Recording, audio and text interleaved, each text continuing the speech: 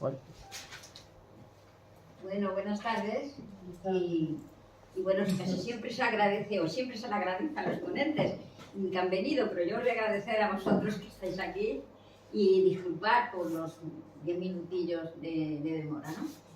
Porque Mansura, la ponente que tenemos, que nos viene desde Guernica, pues ha tenido un viaje más de largo de lo que está, porque perdió el tren y bueno, y la pobre mujer está todo el santo día por la calle, debe de estar cansadísima.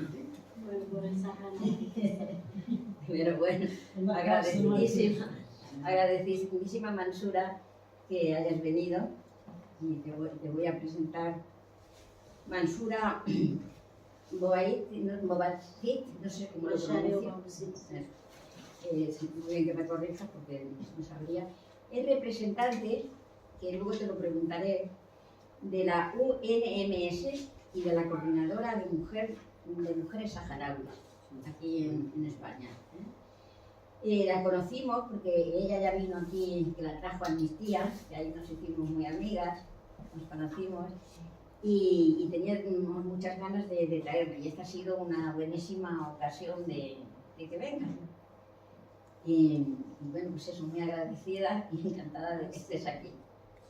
Y bueno, y a Juan Francisco Rodríguez, miembro del viaje solidario organizado a los campamentos de refugiados en el Sáhara del pasado mes de diciembre. Es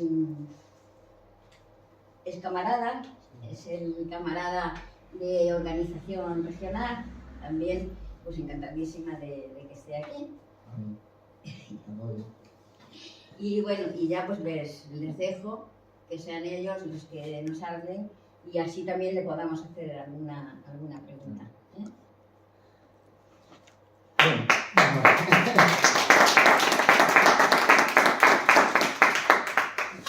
Bueno, yo en realidad, evidentemente agradecer al Partido Comunista que me dio la oportunidad, también agradecer a la delegación saharaui, en este caso fui con la delegación saharaui de Extremadura, porque no salió por Castilla y León, y desde luego mi experiencia no pudo ser mejor. El viaje que realicé a los campamentos saharauis fue fundamentalmente a Esmara, ¿vale? Yo, cuando me planteaba la explicación un poco del viaje, siempre creo que es importante el saber por qué hay campos de refugiados saharauis, ¿no? Cuando nos acercamos muchas veces, y es verdad, yo mismo me lo planteé, cuando digo, voy a ir al Sáhara. Claro, mi pueblo decía, vale, Marruecos, no los territorios ocupados, me voy al campo de refugiados. ¿A qué? Y bueno, pues la verdad es que ese a qué yo lo tenía claro, pero la experiencia fue sensacional. La cuestión es, ¿por qué hay campos de refugiados saharauis? Es importante, yo creo, hacer un análisis histórico de lo que ha pasado en ese aspecto. Es decir, que el Sáhara hay que ir al siglo XIX, con el proceso de colonización de África, pues cuando África fue repartido literalmente como un pastel por las colonias, por las colonias europeas, por las metrópolis europeas, ¿no? Pues España, digamos, ya tenía algunos puntos, sobre todo por tradición pesquera, en ese entorno. Entonces, bueno, pues creó una pequeña franja por esa costa que luego, a la primera mitad del siglo XX, pues consolidó, ¿no? En principio ya sabemos que eso se llamó el África Occidental Español y demás. Vale.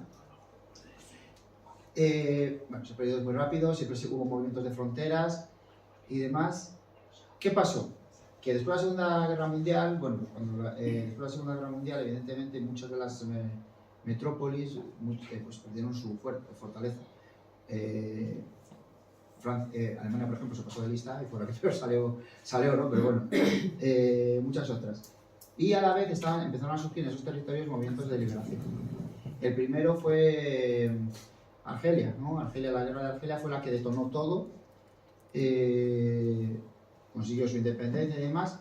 Y ahí ocurre una cosa importante. Francia, por miedo por miedo a que eso repercuta, dio la independencia a Marruecos. Vale, Marruecos siempre tuvo la idea, los reyes de Marruecos siempre han tenido la idea de recuperar el Gran Marruecos, que es bueno, una idea que viene de un imperio que había anterior a la colonización. Y claro, el Gran Marruecos es bajando toda la costa Sáhara y también Mauritania, ¿no? Bien, entonces, bueno, continuó el siglo XX, demás, y bueno, pues llegó un momento, justo en los 70, donde el Sáhara, probablemente ahí es cuando surgió el movimiento de liberación saharaui, ¿no? Pero es curioso porque en realidad fue como de las últimas colonias donde surgió ese movimiento.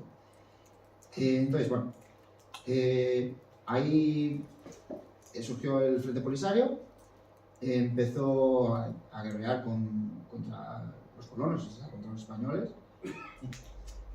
Y claro, en principio muy apoyado por Mauritania, Argelia y Marruecos, evidentemente, porque ellos no es que quisieran que el Sáhara fuera independiente, querían repartirse la tierra del Sáhara. ¿Qué pasó? Bueno, pues ahí pasó que el entonces rey de Marruecos, Hassan II, y esto ha salido relativamente hace poco a través de unos documentos de la CIA, ¿vale? Con Franco ya moribundo, pues digamos que negoció con Kissinger, el presidente de Estados Unidos, y con ya el que mandaba aquí en España un poco, Campechano primero, ¿no? El traidor, ya se puede llamar, porque es lo que hizo, ¿no? Pues lo que fue, es una persona que entró como traidor, no solo con el pueblo saharaui, también traicionando a su padre, traicionando a Franco incluso, y ha salido pues como un traidor. Ha salido de la corona como un traidor, ¿no? Entonces, bueno, Campechano primero o el traidor. Vale. Entonces negociaron que cuando Marruecos lanzara la Marcha Verde, los españoles se retiraban. ¿Vale? Eso ha salido hace relativamente poco. La cuestión es, ¿qué ganaba Juan Carlos I con eso? Bueno, Juan Carlos I es un rey que es nieto de Alfonso XIII, que era un hombre que huyó, se exilió. Entonces, claro, ahí se interrumpió la dinastía borbónica, ¿no? Y luego, cuando volvió, siendo el heredero su padre, volvió porque Franco dijo, tú. Entonces, claro, él necesitaba legitimarse de cara al exterior. Entonces, lo que él quería no era la legitimación de Marruecos, era la legitimación de Estados Unidos. Y a Estados Unidos le interesaba que Marruecos, digamos, tenerle en su órbita. Entonces, ese fue el pacto. Ojo, sin consultar a las Cortes, evidentemente, porque era secreto, y ni mucho menos a Arias Navarro, que era el presidente de entonces, que bueno, fue un presidente que era un pelele, y en ese momento siguió siendo un pelele. O sea, porque nadie le consultó.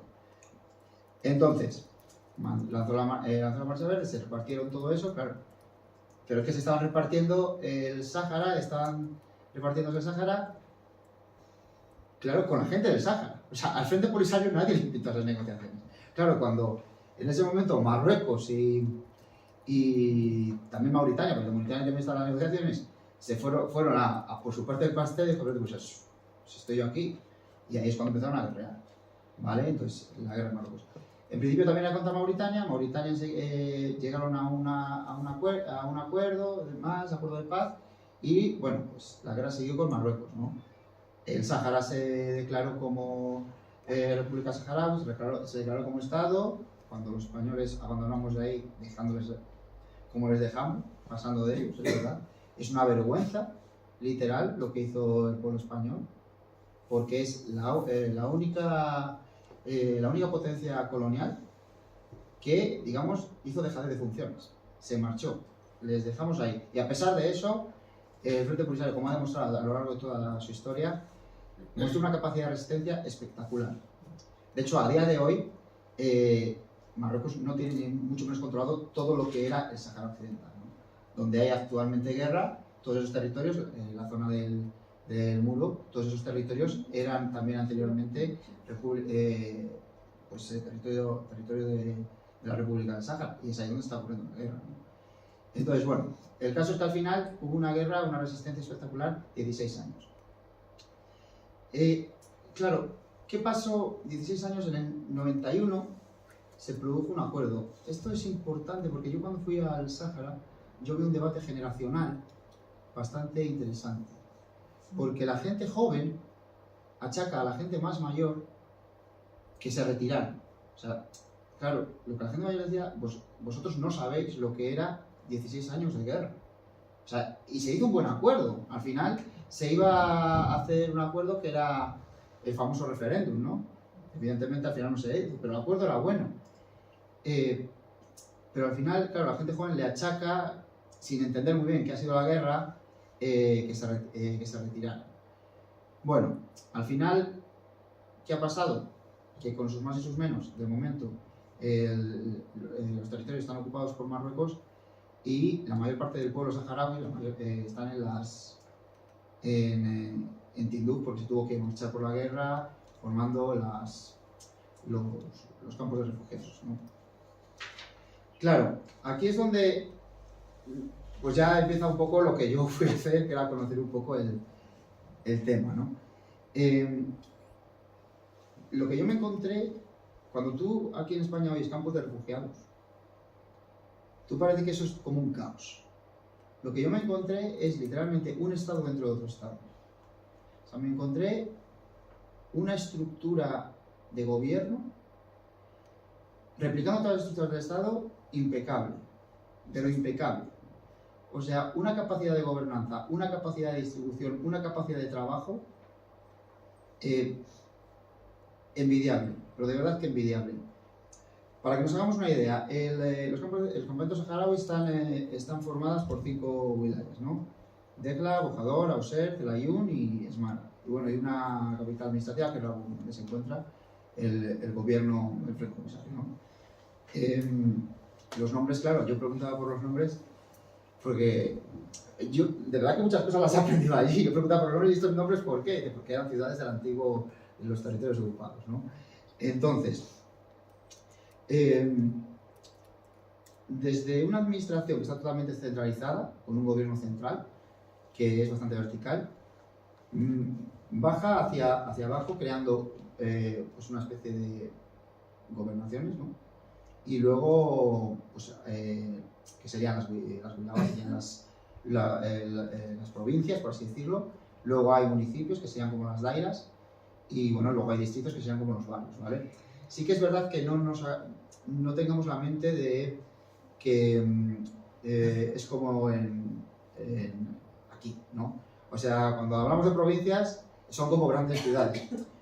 Eso es Esmara, ¿vale? Para que os hagáis una idea de cómo es, pero bueno, pero es que cuando ciudades en el sentido de que hay muchas casas. O sea, dairas están, si decimos que son ciudades están, sí, pero están unas unidas en otras. O sea, forman como un gran complejo un gran complejo de núcleo de casas, ¿vale?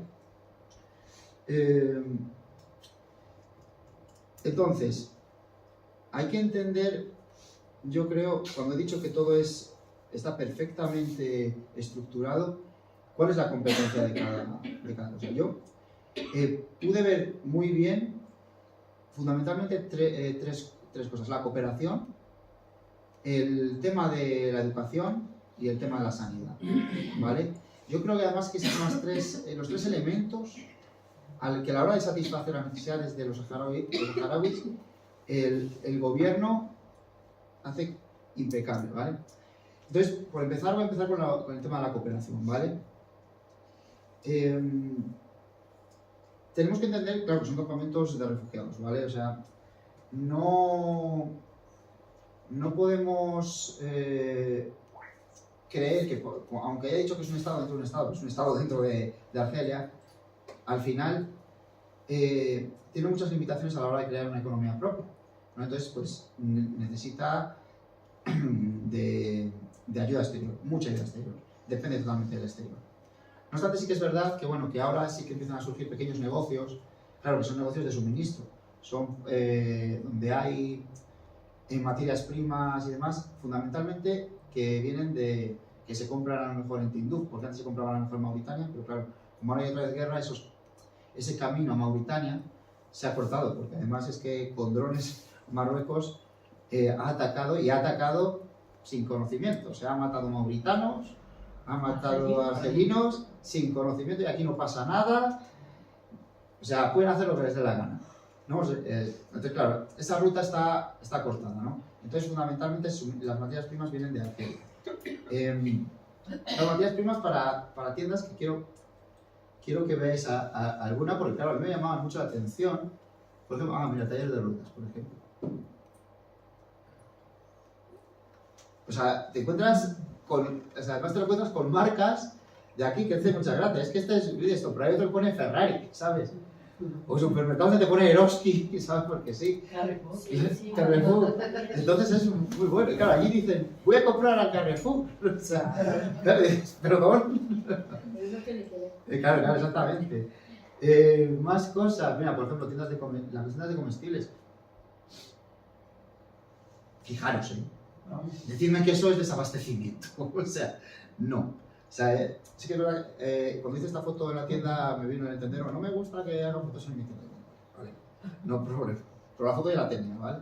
Entonces quiero decir, digamos que allí se pueden comprar ciertas cosas para complementar lo que luego veremos, la cesta básica, ¿vale? No sé, a ver, mira, esto de las tiendas que así esto es embujador, ¿vale? Paramos ahí a comprar, ¿vale? O sea, este de aquí es una tienda de comida rápida, ¿sabes? Había tiendas de comida rápida, de pizzas y tal, ¿sabes? Bueno, estos son tiendas de comestibles, pero esto es de comida rápida y había unas cuantas y te hacía también mucha gracia, porque no hay hostelería como tal, pero sí que hay tiendas de comida rápida donde tienen 4 mesas a lo mejor. Claro, porque la vida aquí a lo mejor la hacemos más en los bares, allí la hacen en casa. Luego hablaremos un poco, se parece, cómo es la vida de un saharaui allí, que bueno, pues es otro estilo de vida totalmente diferente y también más tranquilo, ¿para qué nos vamos a engañar? A ver... Mira, bueno, claro. Esto es en Esmara, en la zona del mercado, donde están concentradas muchas tiendas. Claro, además fue muy gracioso cuando yo fui allí. Claro, yo tenía muchas ganas de ver todo. Claro, yo con la familia de allí donde me alojaba y con el subdelegado de Extremadura, con Alali, ya decía, ya para, ¿sabes? Que claro, ellos también van un poco a descansar, ¿no? Entonces, bueno, aquí fue que una prima que es más joven, que vive aquí, que es curioso, porque no es curioso, pero te indica también mucho cómo ha cambiado todo. Es una persona que viene en vacaciones en paz, en Pamplona, y vive aquí con otro chico que venía en vacaciones en paz, se casaron y viven aquí. De hecho, sus hijas son saharauis, étnicamente saharauis, y me hizo mucha gracia porque, claro, yo pasaba mucho tiempo fuera de la casa cuando leyendo, mirando las estrellas y claro, los niños se te acercan. Y se acercaron y digo, ¿cómo os llamáis? Y me dijeron 3 nombres vascos y me caí de culo. O sea, claro. Entonces, bueno, el caso es que con esta mujer dice, vamos, que vamos a ver el mercado, seguro que te interesa. Pero sí. Bueno, cogimos el coche, bueno, los coches allí es otro mundo. Claro. Yo aquí, el mío coge un badén y se estropea. Allí no se rompe ninguno. Bueno, es una cosa... Todo el mundo de mecánico. Sí. Todo el mundo de mecánico, no se rompe ninguno. Digo, impresionante. Entonces, claro, y bueno, a toda leche por los caminos, digo yo, porque íbamos con otro primo, vamos. Y la niña también dentro, pequeña. Oye, que no había problema, a toda velocidad, pues saltando así... Digo, yo aquí voy a morir. O sea, yo que digo, a mí me va a dar algo. Bueno, claro, es que llegamos allí y ya dimos la vuelta, ¿no? Y de verdad que hay muchas tiendas de ropa, claro, y de un montón de elementos. Es que te sorprende cuando te hablan de campos de refugiados y ahora actualmente ves que allí se pueden conseguir muchas cosas. Es verdad que son pequeños comercios, ¿vale? Que hay muchas limitaciones, pero sí que a muchas familias les aportan económicamente un complemento y a otras materialmente pues a la ayuda exterior, a la cesta básica, ¿no? Vale. Voy a poner una foto al azar hasta que vuelva a poner otra cosa, a ver qué ha salido. Bueno, mira, aquí no fue. Puede haber salido una hamburguesa, ¿vale? Porque también es fotos del aeropuerto, lo primero que hice. Vale. El caso. Claro que aunque haya tiendas, en realidad la mayor parte de la ayuda procede del exterior, ¿vale? Y en este sentido, el Estado saharaui, voy a decir Estado porque es que es un Estado, de verdad. El gobierno, a través de sus diferentes ministerios, conjuntamente, sobre todo con la Luna Roja Saharaui, que es la Cruz Roja de allí, yo lo tuve que preguntar, ¿qué es la Luna Roja Saharaui? Y me dijeron, la Cruz Roja, ya está, claro, entiendo que es un país musulmán. Hacen un ejercicio espectacular de, digamos, de cooperación entre ellos y de pulcritud a la hora de gestionarlo todo, pero no sabéis la idea. O sea, por centrarme luego hay otras asociaciones y demás, por ejemplo está ACNUR genera algún problema, luego os contaré, pero bueno, la Luna Roja Saharaui es donde se reciben todos los proyectos, o sea, todas las caravanas, ¿no? Las caravanas solidarias las conocéis de sobra, probablemente. Sabéis que son caravanas que salen pues, de diferentes territorios, para, pues, fundamentalmente de alimentos. Y quieren fundamentalmente que sean de alimentos además básicos, ¿vale? Evidentemente, muy importante que nos lo dijeron, que no tengan cerdo. O sea, eso nos dijo, y es que se encuentran con cosas que tienen cerdo, que no tengan cerdo. Fundamentalmente lentejas, arroz, ese tipo de alimentos, ¿no? Harina, ¿vale? Pero claro, también a veces meten ahí medicamentos, meten ropa y no quieren que en las caravanas llegue ese alimento, eso que llegue mejor por otros proyectos o por cooperación de gobiernos directamente o de asociaciones, ¿vale? Una vez que la caravana llega a las oficinas de la UNI de la Media Luna Roja Saharaui, ahí, claro, suelen venir las caravanas cuando ya hace calor, ¿vale? Entonces, hacen un ejercicio extremo, o sea, increíble para clasificar todos los alimentos con su fecha de caducidad, por tipo de alimento, por alimento básico, no tan básico, ¿no? Y digo increíble porque llegan alimentos mezclados a lo mejor, que hay que clasificar, llegan incluso cajas de gente privada, lo cual no se puede hacer, ¿vale? Llegan a lo mejor, pues esos medicamentos, claro que no tienen que llegar en esos proyectos, pero bueno, para los que están ahí, los envían, entonces hacen un ejercicio muy bueno. Una vez que están ahí, están almacenados en esos almacenes, llegan a las dairas, ¿no? Y ahí también volvemos a encontrar ese mimetismo entre la Media Luna Roja Saharaui y la propia estructura administrativa. Allí las alcaldesas, digo alcaldesas porque fundamentalmente son alcaldesas, son alcaldesas. Entonces, para alcaldes son alcaldesas, alcaldesas con sus representantes del consejo local, ¿vale? Lo que hacen son almacenan eso teniendo un stock de 3 meses, ¿vale?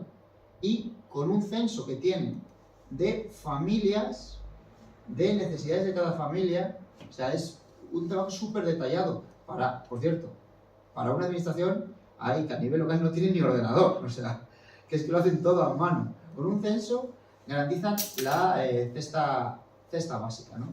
La llamada cesta básica, que es entregada una vez al mes y que siempre tienen stock por si se necesita, un stock pequeño, ¿vale? Se garantizan y que, claro, sí que cubre las necesidades básicas. Esto es importante porque yo he leído alguna vez, yo no sé, en algún medio, yo creo con intención maliciosa, y tengo que decirlo porque yo he andado por donde he querido, es verdad que siempre acompaño, pues me dicen, no es que haya peligro, Juanfran, me decían, pero tontos hay en todas partes. Entonces iba por todo donde quería, y yo no he visto gente desnutrida, he visto pues carencias, evidentemente, pero yo no he visto pasar, ¿vale? Bien, ahí luego ya sí que es verdad que una vez que esa necesidad está satisfecha, es verdad que ya hay, depende de la familia, o bueno, pues pueden tener más o menos. Sí que es verdad que no hay grandes diferencias sociales, ¿vale? Pero ahí sí se pueden notar. ¿Por qué? Pues porque, por ejemplo, hay familias, que son muchas, que han hecho tienen una gran relación con familias de España, a través pues, de los programas de vacaciones en paz y demás. Claro, han generado una relación y la gente de España ve a esa familia como su propia familia, les envían dinero. Entonces, esa aportación exterior existe para muchas familias. Luego también hay familias que tienen gente trabajando fuera y que también envían dinero. Claro. Entonces, claro, sí que es verdad que en general llega dinero para la gran población, pero bueno, puede haber algunas familias que no. Pero sí que es verdad que el gobierno, lo que es esa alimentación básica, la tiene satisfecha totalmente. Hablamos de alimentación, ¿vale? Vamos por más necesidades, ¿no? La sanidad.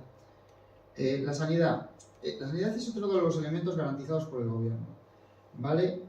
Hay consultorios médicos en las diferentes provincias y luego hay un hospital nacional en Rabuño, donde va la gente un poco más grave. Ojo, cuando ya en Rabuño no pueden, porque bueno, hay muchas necesidades y ahora las podemos ver, cuando ya en Rabuño no pueden pues eso, hacer nada, tienen convenios evidentemente con Argelia y con España. ¿Cuál es el problema de España? El problema de España es que quien viene para ser operado aquí tiene que ser invitado. Tiene que tener alojamiento, ya puede ser de una familia o de que ayuntamientos hayan destinado pisos para estas cosas. Por ejemplo, en Valladolid hay pisos al respecto, ¿no? O sea, que más que menos se consigue. Y luego, por supuesto, tienen que tener invitación de ayuntamientos, por ejemplo. Yo, de hecho, cuando estuve allí, luego podemos hablar de lo importante que es Izquierda Unida para los saharauis, ¿vale? Pero yo cuando estuve allí me volví con una cantidad de peticiones, me puse a trabajar al día siguiente. Me estoy volviendo loco y lo digo así en serio para conseguir muchas cosas, pero digamos que una de ellas era gente que sí que necesitaba ser operada, pues a ver cómo conseguía a través de ayuntamientos gestionados por Izquierda Unida, una invitación y tal. Por ejemplo, tenía una conocida de allí, Fatimetu, que además la mujer donde me alojaba, pues tiene diabetes, que es una enfermedad que aquí, nada, pero allí puede ser peligrosa. Es peligrosa que lo del azúcar en el té, bueno, entonces, sí, ahí, claro, ese tipo no lo cuida, esas cosas no lo cuidan bien. Entonces me volví intentando que ella por allí, estamos a través de ello, porque bueno, al final es otro contacto que del delegado saharaui en Extremadura. Dice, bueno, vamos a parar un momento, vamos ahora, me pone freno, metal, ¿cuándo empezamos? Bueno, pues ya hay marca los ritmos, que también es el diplomático y sabe más que yo, ¿sabes? Pero bueno, es uno de los deberes que me traje de allí. Entonces, ¿qué pasa con la sanidad allí? Así está la estructura sanitaria, ¿no? Consultorios en las provincias, las vilabas, Hospital Nacional, si es más grave, a Argelia o a España. Pero claro, lo que es la situación allí es bastante precaria, ¿vale? Y Teto lo dice, tuvimos una reunión con el ministro de Sanidad y nos dice que hay muchas carencias. Algunas que nos señalaron, bueno, productos de higiene, transporte, ecógrafos, electros, ¿no? ¿Cómo se solucionan esas carencias? La maquinaria, digamos, administrativa y burocrática del Frente Polisario te vuelve a sonrojar. Digo, ¿cómo es posible que lo tengan tan bien organizado? Al año hacen una lista de necesidades. Y entonces dicen, necesitamos tal. Y ponen a los delegados y embajadores de los territorios de fuera, ¿no? Embajadores donde está reconocido el Sáhara, delegados pues donde no está reconocido el Sáhara, como es el caso, desgraciadamente, de nuestro país, ¿no? A trabajar, que trabajan con los gobiernos de las comunidades autónomas o con las asociaciones, diferentes asociaciones, y orientan cómo puede ir, hacia dónde tiene que ir el gasto en cooperación. Aquí es donde viene lo de ACNUR, que antes lo he dicho. Yo cuando hablaba porque claro, hay muchas asociaciones, pero el Frente Polisario tiene, digamos, su predilección sobre Casa Saharaui, evidentemente la Media Luna Roja Saharaui, que tiene sus problemas. ¿Por qué? Porque bueno, es una entidad donde están englobados muchos países musulmanes y evidentemente pues Marruecos no quiere, y no quiere. Entonces hay una lucha por cuánto dinero se destina al Sahara y tal. Pero el caso de ACNUR, que es de la ONU, la cuestión es que la ONU pone tanto dinero para diferentes países, ¿no? Entonces, si un gobierno da dinero a ACNUR y la ONU ha dicho 100 millones para el Sahara, por ejemplo, es una cifra, y de pronto con lo que da ese gobierno son 120, esos 20 no van, irán a otro lado, pero no van al Sahara, ¿vale? Entonces, claro, muchos gobiernos, esto ha pasado aquí en España, dan dinero, les dice a los delegados, no, si ya he dado dinero a través de ACNUR para el Sahara. Claro, pero no ha llegado, porque la ONU ha dicho que ese año solo son 100 millones, y esos 20 estarán en cooperación, pero para otro país, pero no para el Sahara, ¿vale? Por eso prefieren que sean a través de otras asociaciones, de otras ONGs o asociaciones que trabajan sobre el territorio en cada provincia, que lo hacen muy bien y que solventan muchos problemas. Luego, si queréis, hablamos de algún proyecto que vi, ¿vale? Otra cosa importante a tener en cuenta, hemos hablado de material, carencias de material, carencias de médicos. Es verdad que van como médicos españoles a 15-20 días, eso no soluciona gran cosa, ¿vale? Los propios médicos que se forman en el Sahara tienen un problema, que es forman a médicos, a jóvenes, sobre todo en Cuba, pero luego no vuelven al Sahara a trabajar. Se van a Europa. Y no es que no vuelvan a trabajar, podían. Yo entiendo que el Sahara tiene problemas económicos y tal, pues volver al Sahara. Es lo que se hablaba un poco con el ministro de Sanidad, que están en proyectos para solucionar eso, ¿no? Trabaja fuera, pero durante unos meses trabaja en el Sahara. ¿Por qué? Pues porque el gobierno del Frente Polisario y las familias se han esforzado mucho para que tú puedas estudiar medicina en Cuba. Entonces, ahora hay que devolver el favor, ¿vale? ¿Cómo solucionan esa carencia de médicos? Evidentemente con Cuba. Cuba, o sea, yo cuando fui allí entendí perfectamente lo importante que es Cuba para el tercer mundo. Cuba tiene una cosa que se llama las brigadas sanitarias, que son médicos cubanos que van a un país determinado, el país paga a Cuba pues una cantidad de dinero durante un año. Y cuando vuelven tienen una recompensa económica en el país. No se lo están mandando fuera, tú recibes cuando vuelves, ¿vale? Entonces están allí durante un año. Durante un año se puede hacer un proyecto médico interesante y puedes conocer a pacientes y puedes actuar sobre el terreno. Bien, he dicho que lo importante que es Cuba para el tercer mundo. O sea, ya no solo por la idea de emancipación que tiene Cuba en sí, sino por esto mismo. O sea, Cuba envía muchos profesionales sanitarios al tercer mundo que sin ese país sería imposible. O sea, por eso yo cuando se empieza a criticar a Cuba, yo después de ir, porque siempre, claro, tú tienes la visión de Cuba, el bloqueo y solo de la isla, pero no. Las ramas de Cuba se extienden mucho más y la ayuda es mucho mayor. En este caso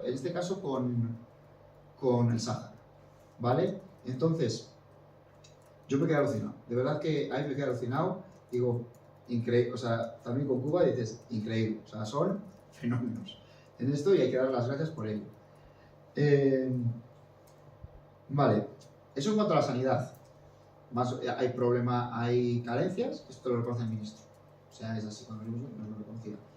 En cuanto a la educación, otro de esos pilares básicos, la educación tiene 3 niveles, lo que es en el Sahara. Está la guardería, que no es obligatoria, pero que muchos niños van. Está el colegio y está la secundaria hasta lo que sea aquí sería cuarta de eso, ¿vale?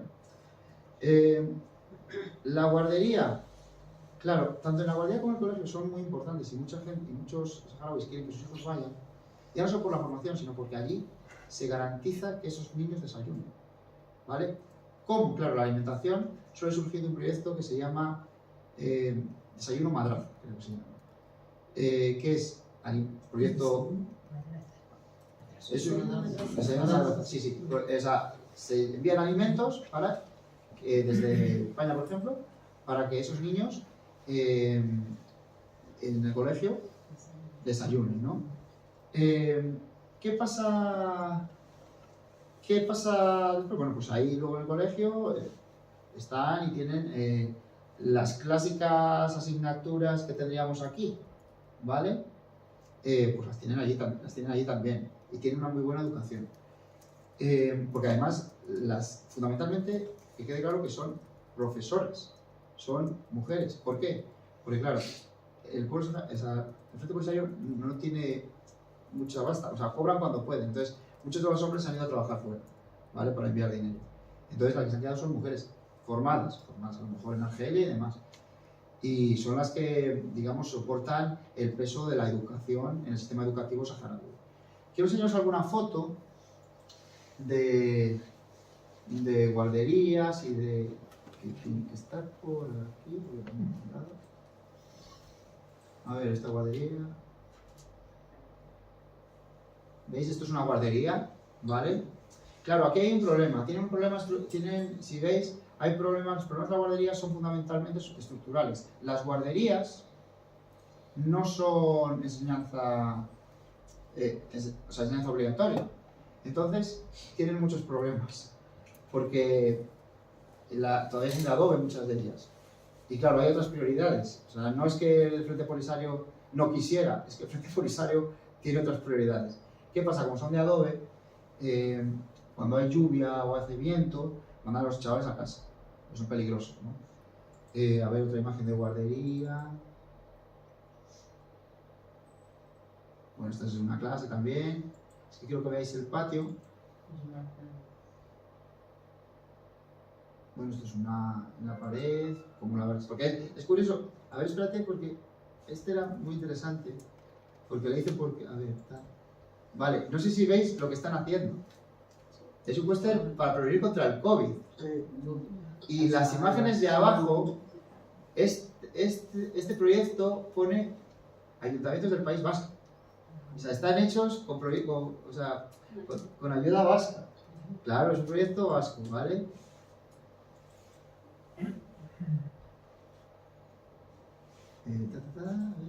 Mira, este es el patio de una guardería, ¿vale?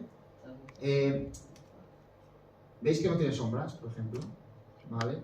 Bueno, esto sería, aquí hay unas sillas puestas un poco como juguetes, ¿vale? Es decir, es un parque como muy difícil para los niños, ¿no?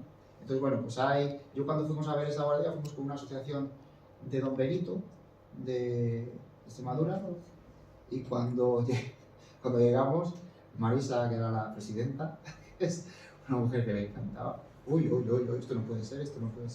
Iba con su hijo, que su hijo es ingeniero, tal. Apunta esto, y ya tenían ahí sacado el siguiente proyecto que iban a hacer con dinero del Ayuntamiento de Don Benito, ¿vale? El Ayuntamiento de Don Benito daba 30.000 euros para esta guardería, para arreglarlo. Y ojo, eso es importante, porque claro, tenemos que entender que toda ayuda está controlada por el gobierno. Claro, hay una ayuda que es planificada, ¿no? La de la cesta básica, de todo el alimento que se recibe, la de a lo mejor la sanidad y demás, pero hay otra que no. Pero eso no quiere decir que el gobierno no se preocupe de ello. Entonces, cuando ese proyecto salga adelante y se arregle esta guardería, el gobierno la tachará de sus necesidades. Lo tiene apuntado todas las necesidades. ¿Por qué? Pues porque las alcaldesas reciben las quejas de todo el pueblo y se la traslada al gobernador y el gobernador se la traslada al Ministerio del Interior. Entonces conocen todas las necesidades, pero claro, hay prioridades. Lo de la alcaldesa me hace mucha gracia, porque yo cuando me reuní con la alcaldesa de la área en la que estaba, de Hausa, yo llegué a un momento de decirle, lo tuyo es compromiso, de verdad, porque tú no gestionas dinero, solo recibes problemas, tienes que dar excusas, o sea, no es compromiso, o sea, entonces está buscando todo tipo de dónde sacar, pues eso. ¿Vienen asociaciones? A por una asociación para que haga eso. ¿Viene un concejal de Izquierda Unida? Por el concejal de Izquierda Unida, que me pasaba a mí, ¿no? Entonces, bueno, pues eso, se van eliminando los proyectos, ¿no? Vale, esto sigue siendo la guardería y demás. Y para que veáis, los colegios son bastante grandes, ¿vale? Vale, esto es un colegio, ¿veis? Esto es un pasillo de un colegio y están muy bien equipados, falta lo que falte. Ahí en los colegios e institutos, el gobierno facilita los libros y los cuadernos. No es, como de siempre, no es suficiente, ¿no? Pero, bueno, ya es lo de la guardería, ¿no? Pero que tengamos en cuenta que el gobierno también hace ese esfuerzo, de cubrir esa necesidad, ¿no? Sí que es verdad que la educación es obligatoria, pero bueno, sí que hay un FP para la gente que a lo mejor no puede estudiar, ¿vale? Es verdad que el sistema de institutos no cubre a todos los niños que hay. Entonces, que hay un convenio con Argelia para que parte de esa población saharaui vaya a Argelia. Una vez que llega a cuarto, pues si hay que seguir estudiando, ya ahí van a universidades de Argelia, de Cuba, de Latinoamérica o de España, ¿vale? Entonces, bueno, claro, los campos saharaui ya no cubren el tema de la universidad y del bachillerato, ¿no? Entonces ahí hay que ir a otros países, ¿vale? Ahí surgen los convenios. Y luego también, sí que es verdad que hay alumnos que van a Argelia, ¿vale? Para estudiar parte del instituto. Y luego también algunos que vienen a España con el proyecto Madraza, ¿vale? Que bueno, pues, vacaciones en paz, en verano, pues Madraza durante todo el curso, ¿vale? Yo ahí ya entendí un poco, porque yo recuerdo que en mi clase había un chico saharaui, yo soy de Tordesillas, de un pueblo de Valladolid, y había un chico saharaui, y ahora entendí por qué fui allí, cuál era el proyecto por el que fui allí. 20 años después lo he entendido. No que diga mucho de mí, pero bueno, por lo menos lo he aprendido, ¿vale? Entonces, se cubre la alimentación con sus necesidades, que son, que ya depende, o sea, con carencias, que son satisfechas con ayuda exterior, ya sea de gente que está trabajando fuera, del dinero que envían las familias españolas que tienen relación del exterior. Se cubre también la sanidad, con diferentes convenios con otros países, con una red sanitaria, pero con diferentes convenios con otros países.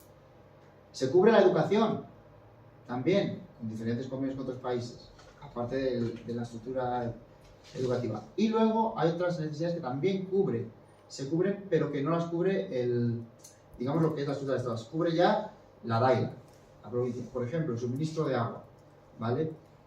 O sea, lo de cómo trabajan en los ayuntamientos de las dairas es espectacular. Cómo llevan el control de todas las familias, a todos los que han entregado la cesta básica, pero de a todos los que les han dado el agua, de a todos, o sea, saben perfectamente dónde está cada uno, porque tú vas a un campo de refugiados y hay casas por todas partes. Digo, ¿cómo es posible? ¿Cómo es posible que te hagan un censo así? Y lo tienen. Y además, no sé, o sea, saben manejarse por allí. O sea, a mí me pones en medio de Esmara y puede aparecer por cualquier lado. Porque eso no tiene... pues claro, son calles todas iguales, de hecho, pero bueno. Y además es muy gracioso porque íbamos... O sea, tú preguntas por una familia y Esmara es una ciudad de 50.000 habitantes. Tú preguntas por una familia y te saben indicar en qué área está cualquiera que preguntes. Y claro, es impresionante. Entonces, bueno, quiero veros cómo almacenan el agua, ¿vale? O sea, el agua la almacenan, cada miércoles van por diferentes dairas, cada semana, y van suministrando de agua, ¿vale? Entonces la almacenan en estos depósitos que son nuevos. También hay algún pozo y bueno, están las estructuras de agua tradicionales que vemos en cualquier lugar, ¿vale? Pero me hizo mucha gracia esto. Claro, esto es muy apetecible para los niños. Entonces los niños saltan. Y claro, cuando sale una mujer de casa, ha pasado, quítate de ahí, porque claro, se puede picar. Y yo recuerdo que estaba ahí, cuando estaba leyendo afuera y está saltando un niño, o sea, pues de la familia donde estaba, digo, como salga Fatimetu, a mí no me hacía ni caso. Salía Fatimetu y la niña echaba a correr y ahí no la pillaba nadie. Y cuando se volvía a meter en casa, a volver a saltar. Claro, o sea, hombre, son niños y es que lo ves así y me apetece hasta a mí tirarme ahí. Pero bueno, ¿vale? Entonces, sí que quiero aquí un poco, porque cuando estoy hablando de esos servicios que se satisfacen desde la DAIRA, por ejemplo, suministro de agua, suministro de luz también, que hay luz que, bueno, que se compra en Marruecos, pero claro, hay toda una red de luz y tal, eso se gestiona directamente también desde el ayuntamiento, ¿vale? Y las necesidades más básicas estructurales, como aquí, ¿no? Las escuelas, en realidad, sí, la educación depende de la Junta, pero al final es el ayuntamiento el que vaya a regla, pues allí también, ¿vale? O sea, a todo esto, eso sí, las dairas no tienen ningún presupuesto asignado. O sea, lo que hacen esas mujeres es impresionante. Aquí quiero romper O sea, un palo por las mujeres saharauis, las que yo conocí, porque son alcaldesas, son amas de casa, llevan toda la casa, claro. Y fíjate que al segundo día, al tercer día de donde estaba, le pregunto a Lali, que era pues, mi anfitrión, pero estábamos alojados en casa de una prima suya, oye, ¿los hombres están dónde están? Dice, ah, no sé. Dice, estarán o trabajando en el extranjero o en la guerra. ¿Sabes? Y digo, ah, pues muy bien, claro, yo ya me empecé a dar cuenta y digo, aquí no hay ningún hombre. Claro, llevan todo el peso de la familia, los cuidados. El sistema educativo ya he dicho que también lo llevan todos ellos. Entonces y yo fíjate que preguntaba por el papel de la mujer. Claro, se lo preguntaba con los que estaban, que eran hombres, y nadie me sabía muy bien responder cuál era el papel de la mujer, pero yo veía que era muy importante lo que es sobre el terreno, ¿no? Otro de las, digamos, de las cosas que me preocuparon y nos reunimos con ellos, porque, bueno, éramos 3 representantes del Partido Comunista de Castilla y León, había 2 compañeros de León también, fue sobre el tema de la juventud. Nos reunimos con representantes del UJ Sario, ¿no? de la Juventud del Frente Polisario, y lo que nos transmitieron, claro, sí que nos transmitieron eso de que hay una ruptura generacional sobre la idea de la guerra y demás, pero son gente muy concienciada y son gente que quiere al Sáhara. Ellos tienen una preocupación muy grande por todos esos jóvenes que se van y olvidan esos lazos, ¿vale? Entonces ellos lo que quieren es que, si tú te formas en el exterior, tú vengas a trabajar al Sáhara. No quiere decir que quedes tú residente en el Sáhara, pero sí que vengas a ayudar. Y si estás en el exterior, que colabores con las asociaciones, que colabores en las manifestaciones, que colabores pues ayudando al pueblo saharaui en el exterior. Y yo le pregunté, digo, ¿pero no hay un poco de roce entre la gente del exterior y la gente del interior? Dice, no. Dice, las dos luchas en el interior y en el exterior son compatibles, me decía. Entonces, eso es muy importante. Tienen una preocupación actualmente muy grande, que es la droga. Marruecos, a través de Argelia, está metiendo droga. Claro, el pueblo saharaui, los jóvenes saharauis que están en los campos de refugiados tienen mucho tiempo libre. Y cuando tienes mucho tiempo libre, eres más susceptible a caer en la droga. Marruecos está intentando, a través de Argelia, meter drogas. Entonces, el UJ Sario lo que está haciendo son campañas antidroga, ¿no? En este sentido, el UJ Sario hace una labor fundamental. No solo con las campañas antidroga, también con campañas tanto en el exterior como en el interior para que el pueblo saharaui no pierda sus raíces. Es decir, con la gente del interior trabaja mucho, con la gente que se ha ido en temas de cultura saharaui, ¿vale? Para que ellos no pierdan sus raíces y no pierdan su cultura. Porque, claro, ellos saben perfectamente lo que está haciendo Marruecos con la ocupación saharaui. Está intentando matar la cultura saharaui y las costumbres saharauis para que la gente que se quedó de ese lado del muro pierda todo contacto con lo que es su pueblo, ¿no? Y entonces sea mucho más fácil controlar el territorio, ¿no? Entonces, el UJ Sario es muy consciente de todo ello y está trabajando en esa línea, ¿vale? Antes de llegar a unas conclusiones, que no sé si me ha mucho, no sé si está resultado interesante o tal. Sí. Claro, luego interviene. Antes de llegar yo a unas conclusiones que yo he llegado, ¿vale? Sí quiero decir lo que yo vi de la vida de la gente saharaui. Y para esto voy a poner esta imagen porque creo que cualquiera que haya ido al Sahara lo va a entender. Cualquiera que estaba allí lo va a entender.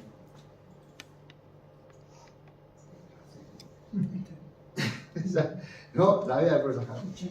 Son una gente que tiene, yo he dicho, tienen otra medida de tiempo. O sea, para ellos lo de los horarios y la puntualidad no va. O sea, pero así.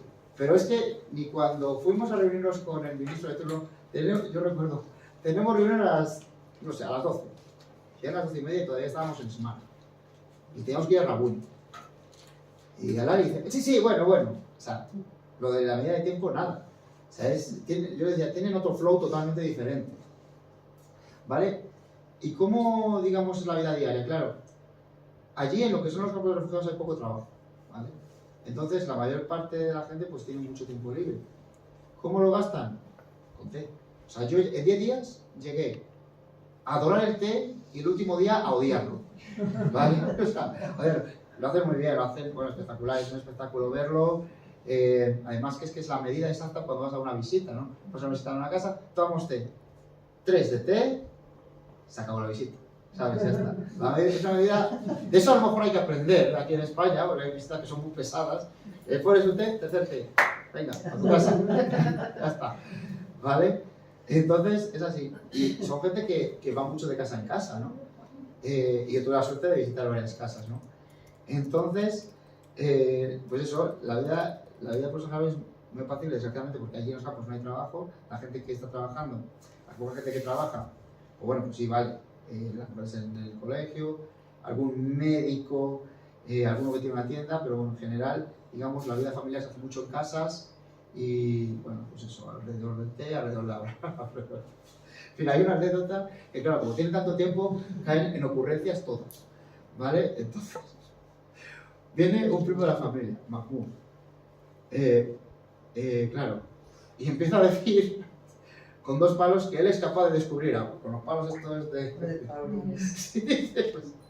Y bueno, el caso es que estábamos un rato hablando y hacía así, tú guardas, claro, te guardas, yo me guardaba, dice, guarda agua un poco, claro, ya sabía dónde guardar y lo tiraba así un poco de esto. Y claro, ya llegó el momento, dice Alali, yo creo que Mahmoud te estás tomando el pelo, al cabo de una hora. Dice, claro, es decir, caen ocurrencias, y te ríes mucho y demás. Todo eso pues en casas, entonces hay mucha conversación, ¿vale? Entonces, bueno, pues eso es un poco, claro, evidentemente todo eso es consecuencia de la falta de ocio, también de la falta de ocio y de la falta de, pues, trabajo, ¿no? Pero bueno, entonces, yo, de todo lo que vi ahí, ¿vale? Yo me he quedado con varias cosas, esto es importante, ¿vale? Hay un sentimiento, bueno, no es un sentimiento, es una realidad, o sea, no es que sea un sentimiento, es una realidad, de que España le debe mucho al Sáhara, porque nuestro rey les traicionó, como hemos dicho. Campechano primero, traidor primero, como queramos llamarlo. Nuestro rey les traicionó, pero es que ahora se les ha vuelto a traicionar. La traición del PSOE al Sáhara ha sido dolorosa, pero ha sido doloroso para los saharauis, pero cuando estás allí es doloroso para el visitante también, porque ellos tienen un concepto de pueblo español espectacular, un concepto del pueblo español que somos gente solidaria, nos quieren, a pesar de que fuimos sus pueblos, nos quieren y mucho, y les hemos traicionado, Pedro Sánchez les ha traicionado, entonces se le debe bastante. Sí que es verdad que empieza a surgir una idea de, claro, después de tantos años en el exilio, muchos de esos campos fueron creados de forma coyuntural, momentánea, temporal, pero claro, ya por ejemplo los hospitales, se surge el tema de, ¿lo hacemos más permanente o lo reparamos? Claro, surge la dicotomía, claro, ahí está la idea un poco, y está ese problema. Luego también, eso se ve mucho en las ciudades, ¿vale? A ver si lo tengo por aquí arriba. Porque... no. Vale, aquí. ¿Por qué? Pues porque también se ve en la estructura de las casas. Las casas al principio, bueno, los saharauis es la jaima y la casa de adobe, donde estaba el baño y demás, y la vida se hacía en la jaima. Luego fueron evolucionando, ¿no? Y se empezaron a hacer casas un poco más grandes, la jaima empezó a quedar un poco en segundo lugar, recogiendo las de hormigón, y ahí se empezaron a hacer casas de hormigón. Claro, eso lo que te está diciendo es que se están haciendo más temporales. Porque hay una idea ya, yo creo que tal. Y ahora ya empiezan a surgir también casas de ladrillo. Todos estos materiales, claro, la gente hace sus propias casas, ¿vale? Con dinero que traen de fuera y van a hacer sus propias casas. ¿De dónde salen los materiales? De Argelia. Argelia está haciendo negocio. También es verdad que yo creo que se lo pueden permitir porque ha ayudado mucho al pueblo saharaui, cediéndoles esa parte del territorio, ¿vale? Pero claro, cuando ves, tú te das cuenta de que en realidad, aunque no te lo digan, sí queda esa sensación de esto ya no es tan temporal. Hay que hacer algo más estable, ¿vale? Y ahí está la cuestión. Por último, sí que quiero resaltar, porque creo, o sea, cuando yo fui y yo no dije nada, claro, Alali me dijo un día, este es concejal de Izquierda Unida. Y bueno, se montó un guirigay, ¿sabes? O sea, lo importante que es Izquierda Unida y el Partido Comunista para el pueblo saharaui. Somos gente que ha mantenido una coherencia ideológica, que ha estado siempre a su lado y eso lo agradece. Podemos hablar, es verdad, y tienen, por ejemplo, con Yolanda Díaz, tienen un gran agradecimiento porque con muchos vinieron, ¿vale? Han venido para acá y trabajan, fundamentalmente, aunque tengan estudios, trabajan en construcción, en hostelería. Yolanda Díaz, es verdad, que ha generado muchos derechos y se han beneficiado, a mí me lo decían. Yolanda Díaz nos ha ayudado, porque nos ha beneficiado de esa mejora de derechos laborales. Pero claro, yo cuando iba para allá, dije, esto no hay que perderlo, porque ellos hablan de Izquierda Unida y del Partido Comunista. Esas siglas tienen un peso. Para ellos tienen un peso. Y te hacen sentir que claro, te hacen sentir que yo esto no lo puedo perder. Es decir, porque es que el amor que sienten por la gente de Izquierda Unida, el respeto que sienten por la gente de Izquierda Unida y del Partido Comunista es espectacular. Y yo volví diciendo, no puede ser que nos diluyamos, y esto ya es una crítica a lo mejor y autocrítica interna, que nos diluyamos en fórmulas cuando esta gente, nosotros para esa gente valemos mucho, ¿vale? Entonces, yo aquí, de verdad, después de ir y ver el pueblo, el cariño que nos tienen, yo sí que soy de los que pide que se respeten mucho las siglas del Partido Comunista, que se respeten mucho las siglas de Izquierda Unida, que valen mucho y que de verdad somos el garante ideológico y la coherencia en todo el asunto del Sáhara dentro del espacio de la izquierda. Y con esto yo termino mi intervención, ¿vale? Espero que os haya gustado, espero no haberme alargado mucho y de verdad que yo, después de llegar ahí, mucho más de Izquierda Unida y del PCE y por supuesto mucho más del Frente Polisario.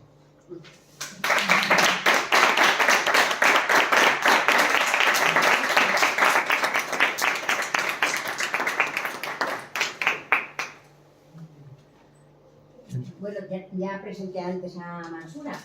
Sí, pero no tienes una intervención, por ejemplo. ¿Qué quieres que yo intervenga? Bueno, lo que ha dicho Juanfran es mutuo. Nosotros siempre nos hemos denominado como del pueblo saharaui, ¿no? Sí. Somos pro pueblo saharaui, y lo mismo que hemos sido pro Cuba, se estamos nombrando. Eso lo tenemos siempre en gala, ¿no? Lo hemos defendido siempre y de hecho nos une personalmente, yo creo que a casi muchísima gente de Izquierda Unida y del PC, nos une amistad y cariño personal con los saharauis, porque son amigos de verdad, como los que están aquí presentes. En Salamanca, que he vivido tiempo, me pasaba igual. Entonces, vamos, esto no es cosa sola mía, es de toda la gente de Izquierda Unida y del PC. Nos llevamos dentro de nuestro corazón y sabemos, claro, yo que soy tan mayor, sin vivir lo que es la Marcha Verde, sabemos muy bien, a nosotros no hace falta que nadie nos explique la historia, la sabemos porque la hemos ido viendo paso a paso. Entonces, por eso yo creo que hoy los compañeros y camaradas que están aquí con nosotros están todos muy orgullosos, aunque no lo hayamos hablado. Claro que sí. Seguro que están todos muy orgullosos y de teneros aquí y recibiros, que sabéis que esta es vuestra casa. ¿No? Vale.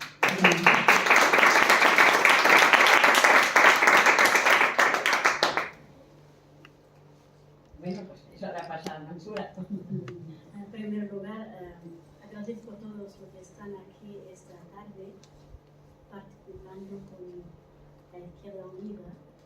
Que me invitó, gracias a ustedes, para sensibilizar un poco sobre el rol de la mujer saharaui primero y qué es la cosa saharaui en general, pero yo creo que mi compañero no me ha dejado ninguna palabra para explicar por qué es el conflicto, también lo que han vivido antes la Marcha Verde con Katy. Saben ver por qué todo lo que está pasando con nosotros como un pueblo. El pueblo saharaui que he escuchado algunas palabras aquí, como la última que están pensando mejorar la vida para seguir allá. No es así, en mi punto de vista al respecto. Algunos a lo mejor piensan así, pero no. 50 años del exilio no es fácil. El exilio no es un exilio normal. En este sitio no había nadie antes de nosotros. Ni siquiera los animales existían allí.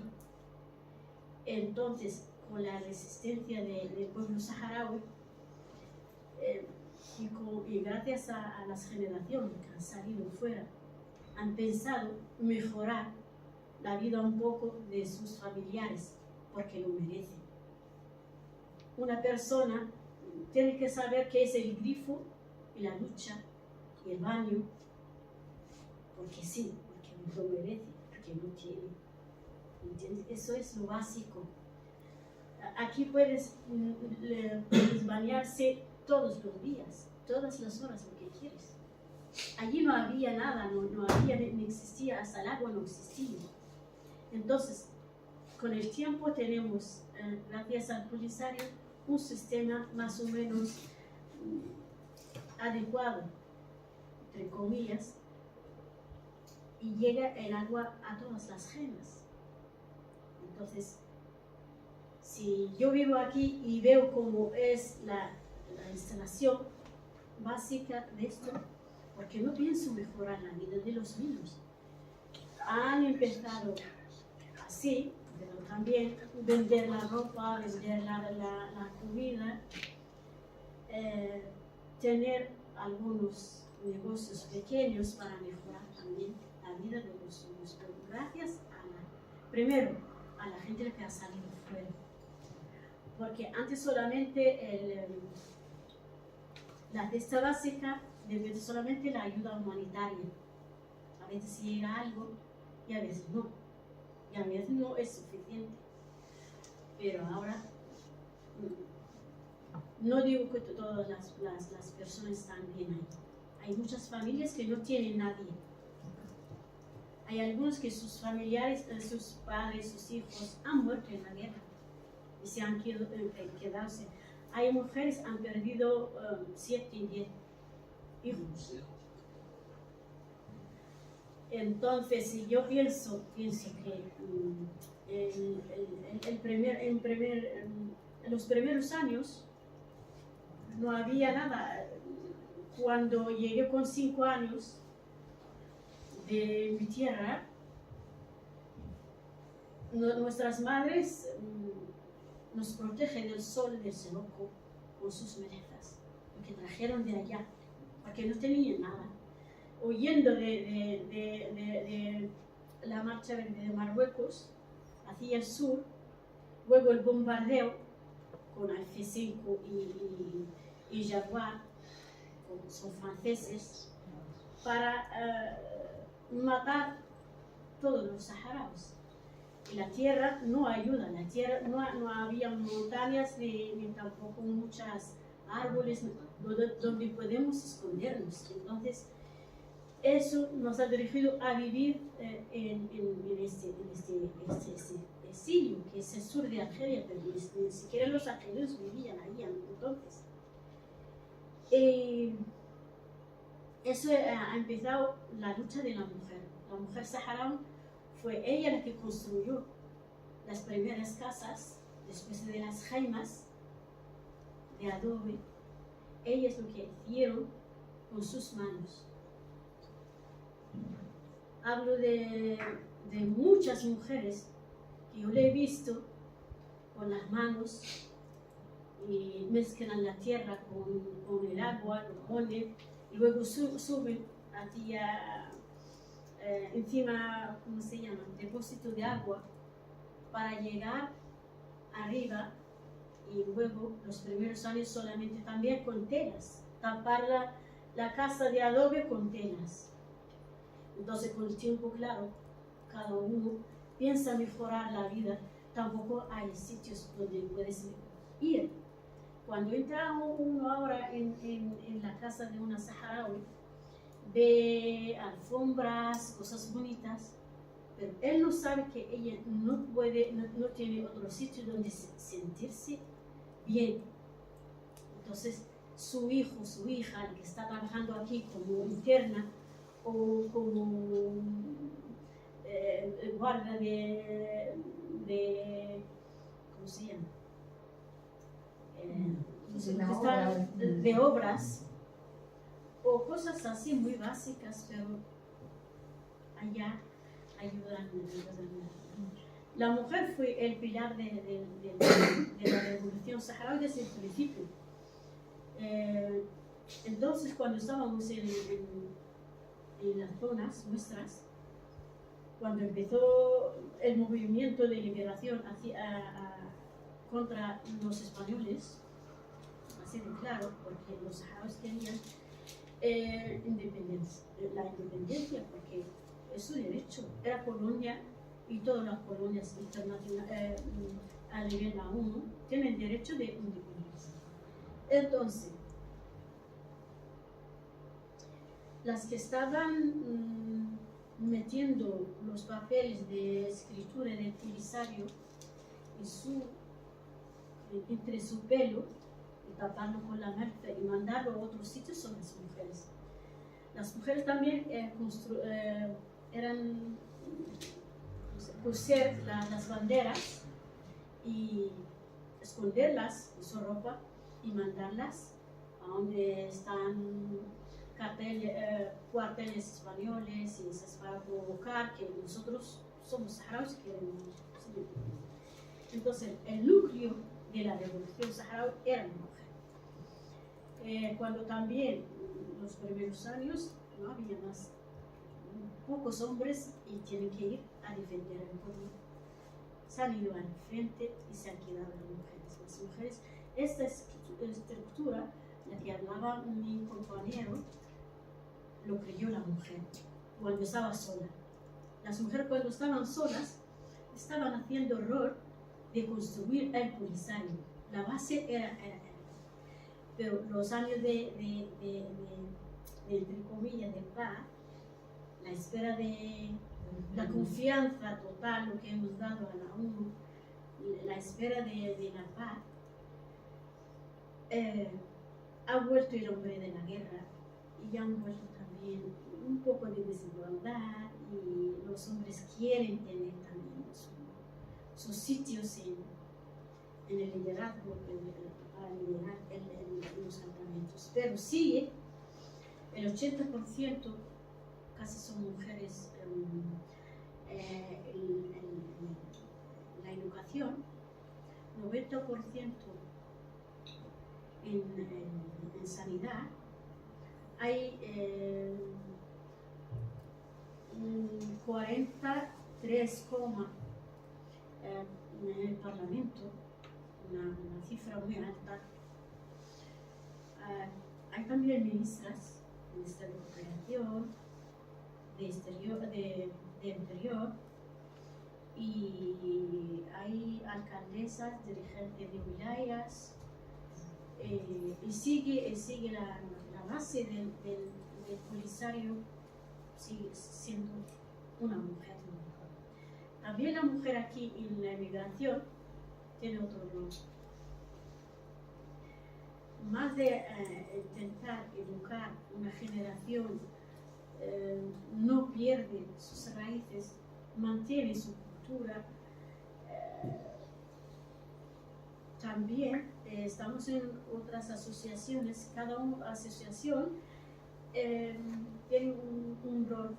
Por ejemplo, doctora Beitúa, con mujeres han estudiado en Cuba. Esas chicas van a los campamentos cada año haciendo sensibilización sobre unos temas de salud tabú como el cáncer, cosas así que antes no hablaba en la sociedad sobre esto. También ayudan cada año un centro de discapacitados.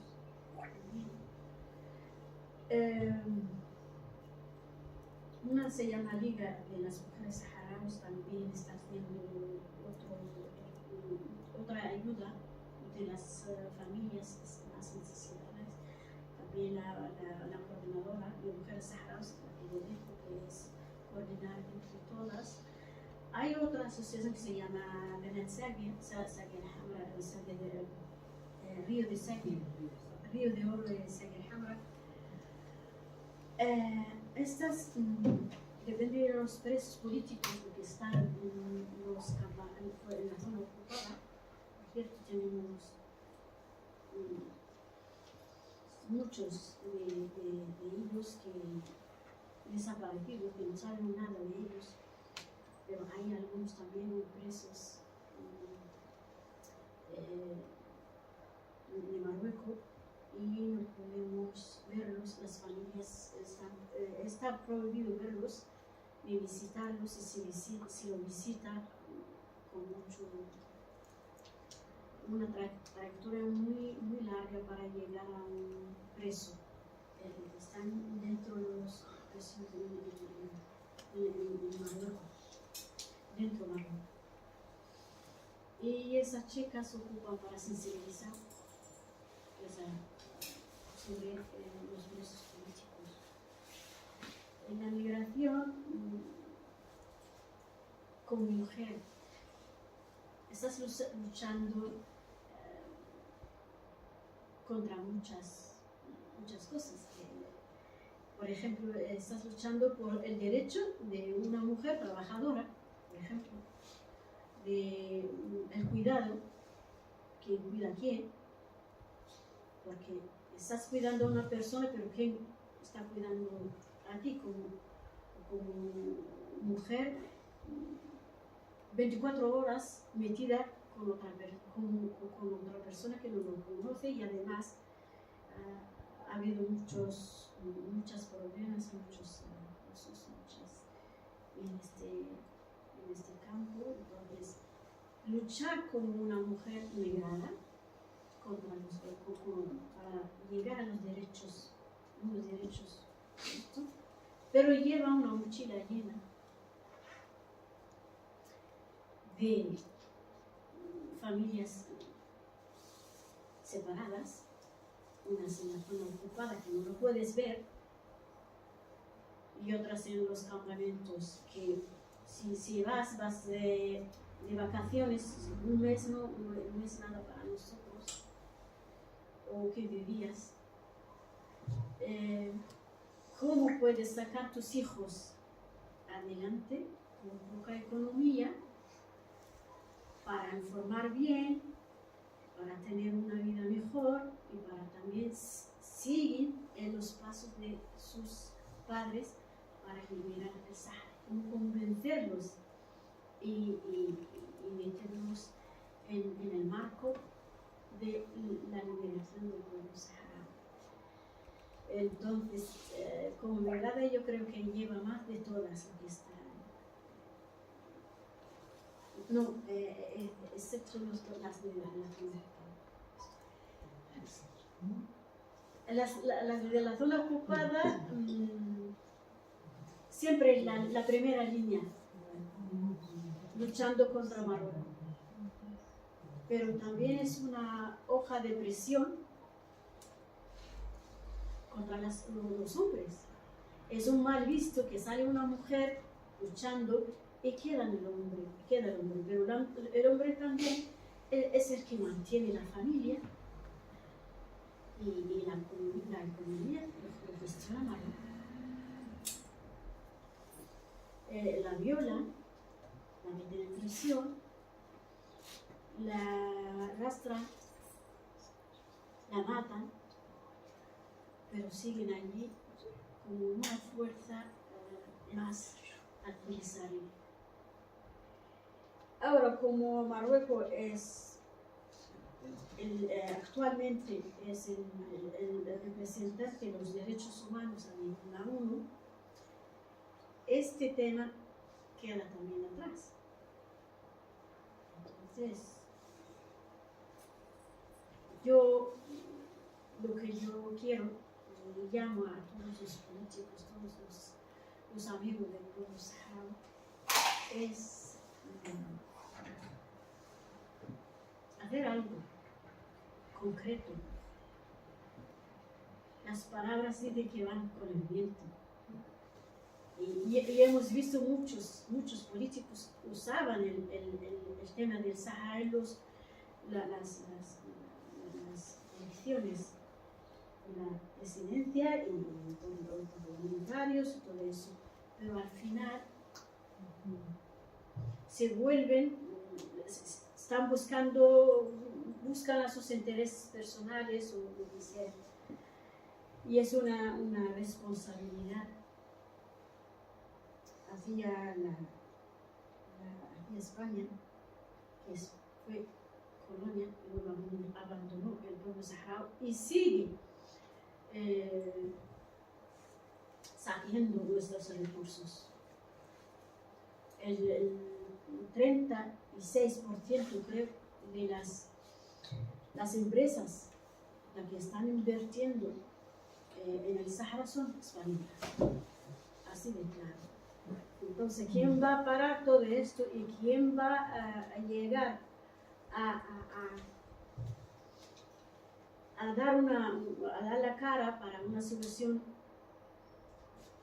justa al pueblo saharaui? Yo creo que empieza por España. Entonces, yo tengo muchas cosas en la cabeza. Es que vivía casi todo el conflicto desde pequeña, de la noche a la mañana ha cambiado mi vida, hasta hoy. Entonces, os dejo a preguntar, lo que sea, el debate está abierto y estoy dispuesta a cualquier respuesta. Vale. Es una buena.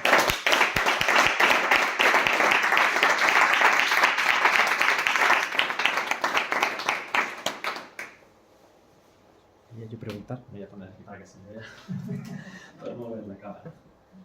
Bueno, primero dar las gracias a todas las personas que han venido y también a Izquierda Unida por cedernos el espacio. Y el motivo de poco de esta charla era que desde el Partido Comunista de España pensamos que hay que hacer un esfuerzo por visibilizar el conflicto saharaui, porque pensamos que ahora mismo no está en la opinión pública de la sociedad. Lo venía hablando según veníamos en el coche, que ahora está muy en opinión pública el conflicto de Palestina. Veníamos hablando en el coche que España hace un esfuerzo por reconocer el Estado palestino, pero no está haciendo ese esfuerzo por reconocer a Sáhara, lo cual es una incoherencia total. Esto pensamos que es un poco porque no está ahora mismo en el imaginario colectivo de la gente el conflicto del Sáhara, que ha sido un conflicto referente en España durante muchísimos años, pero que igual, como le comentábamos aquí un poco, sobre el tema del cambio de postura del PSOE, que cambia derechos humanos por pesca, vamos a resumirlo así, no está tanto de actualidad. Entonces pensamos que hay que hacer un esfuerzo desde las organizaciones políticas, y en este caso el Partido Comunista y Izquierda Unida, por visibilizar el conflicto, porque esto sí, pero no es una opinión pública. La opinión pública es mayoritariamente a favor de una resolución de un referéndum para el Sáhara. Eso me refiero, está asumido claramente por el pueblo español. Entonces por eso pensamos que hay que hacer ese tipo de actividades para visibilizar el conflicto. Hoy hemos hecho una en Ávila, pero bueno, vamos a hacerla en distintos sitios de Castilla y León, y por eso también pues, Juanfran y otros camaradas del partido estuvieron en diciembre en los campamentos. Y quería preguntar, hemos analizado un poco lo que es la vida de los campamentos saharauis, desde lo que sería más una visita que se enseña una parte y lo que es más la vida allí. Quería hacer dos preguntas. Una es, ¿qué es lo que pensáis que falta para que, un poco lo que me habéis dicho, que el conflicto del Sáhara vuelva a estar otra vez en la opinión pública? Y luego la otra pregunta es, ¿cómo veis el futuro? Hemos hablado, bueno, al menos habéis hablado, ¿no?, que desde 2022 está de nuevo activo el conflicto armado. ¿Cómo veis un poco el futuro? Porque aquí a los próximos 5 o 10 años que tenéis hablado un poco de las distintas visiones que hay entre la gente más joven, menos joven, la gente más joven, ¿no?, que es más proclive a dar ese paso a la armada. Un poco cómo veis esa parte. Ya sé que he preguntado muy difícil, pero bueno, para tener esa opinión. Gracias. ¿Qué es lo que falta? Tengo la misma pregunta a todos, ¿qué es lo que falta? La verdad que para retomar la vuelta a las armas, yo creo que es un derecho nuestro, porque cuando no hay otra vía, hay que sacar las uñas. Pero es una guerra invisible, con lo cual los marroquíes están usando drones. Es otra tecnología que nosotros no tenemos. Y no puedo decir, no sé qué es lo que tenemos que hacer, pero yo creo que a ustedes pueden hacer más aquí. Presionar los gobiernos, sea socialista, del PP, Vox, lo que sea. Quien tiene el poder, el pueblo español, yo creo que tiene la fuerza suficiente para presionar cuando se une y sale la verdad, y la verdad y la justicia va a venir de aquí. Desde aquí, empieza desde aquí, como ha empezado la tragedia, desde aquí empieza también la solución desde aquí. Como todos los amigos pueden pensar, las ideas salen de cada uno, pero la sensibilización del derecho a los saharauis en vivir en paz, yo creo que es una responsabilidad a todos los amigos. Y creo que esas charlas, una de estos instrumentos que tenemos que seguir. Si yo hablo como una mujer más saharaui, no es como un concejal o un alcalde o alguien tiene un ministro o alguien tiene el poder aquí. Entonces yo creo que necesitamos una movida muy importante entre España. A ver si los dos pueblos pueden vivir como amigos, porque lo son, porque el único pueblo del que habla el castellano somos los saharauis. La cercanía geográfica somos los saharauis. Los recursos saharauis, ¿dónde van a salir? Van a salir de aquí. ¿Quién va a beneficiar? Primero son los que están los españoles. Entonces, en vez de saquearlo, ¿por qué no ponemos el acuerdo entre dos pueblos, la cercanía entre dos pueblos y resolver el problema por nuestra unidad y el esfuerzo entre nosotros todos? Yo sí que sobre qué hacer otra vez para que el conflicto esté otra vez en la opinión pública y demás. Claro, si ahora está el de Gaza, mira, viendo por qué está el de Gaza, prefiero que no esté el conflicto, se acaba en la opinión pública. Pero, bueno, digamos que sí que hay que recuperar un poco toda esa memoria de todo lo que ha ocurrido y en eso estamos hoy aquí, ¿no? Esa pedagogía que se hace desde las asociaciones, esa pedagogía que debemos seguir haciendo desde Izquierda Unida y desde el Partido Comunista es muy necesaria. Cuando yo fui, fíjate, no lo he dicho antes, y era una de las cosas que tenía apuntadas para decir, pues ya lo digo ahora. Yo al finalizar la visita, yo me senté con el subdelegado saharaui en Extremadura y digo, ¿cómo se puede ayudar desde allí? ¿Cómo nosotros podemos ayudar? Me decía yo como concejal, ¿cómo puedo ayudar? Claro, te dicen algunas cosas, ¿no? Intentando que nuestros ayuntamientos se hermanen con núcleos de allí, con dairas. De hecho, la alcaldesa de la daira donde estaba era una de las cosas que pedía. Buscamos un ayuntamiento para que se hermanara, porque a partir de ahí salen proyectos, salen proyectos de cooperación, y luego también hay un reconocimiento, ¿no? Por supuesto, mociones en los ayuntamientos para instar al gobierno a que pare esa traición tan grande, ¿no? Intentar firmar compromisos de cooperación desde los propios ayuntamientos con asociaciones, es decir, hay municipios donde hay asociaciones en favor del pueblo saharaui que destinan una partida presupuestaria para que esa asociación consiga hacer proyectos en los campamentos, ¿no? Participar, y esto ya no tanto como cargos públicos, pero sí que participar en esas acciones reivindicativas, en las acciones también solidarias como la caravana. Nosotros en Valladolid mismamente, creo que hace unos meses ha salido una, ¿no? Entonces, hay que participar en todo eso. Y sobre lo que se ha señalado, creo que sobre la guerra, creo que Sobre el futuro, Sobre un el poco futuro. cómo vemos el futuro. hay una cosa que tú cuando analizas la historia, claro, lo ha dicho ella, en la guerra, cuando la guerra estaba más cruenta antes del 91, antes de que se firmara la paz, ahí lo que había eran dos pueblos con la misma tecnología.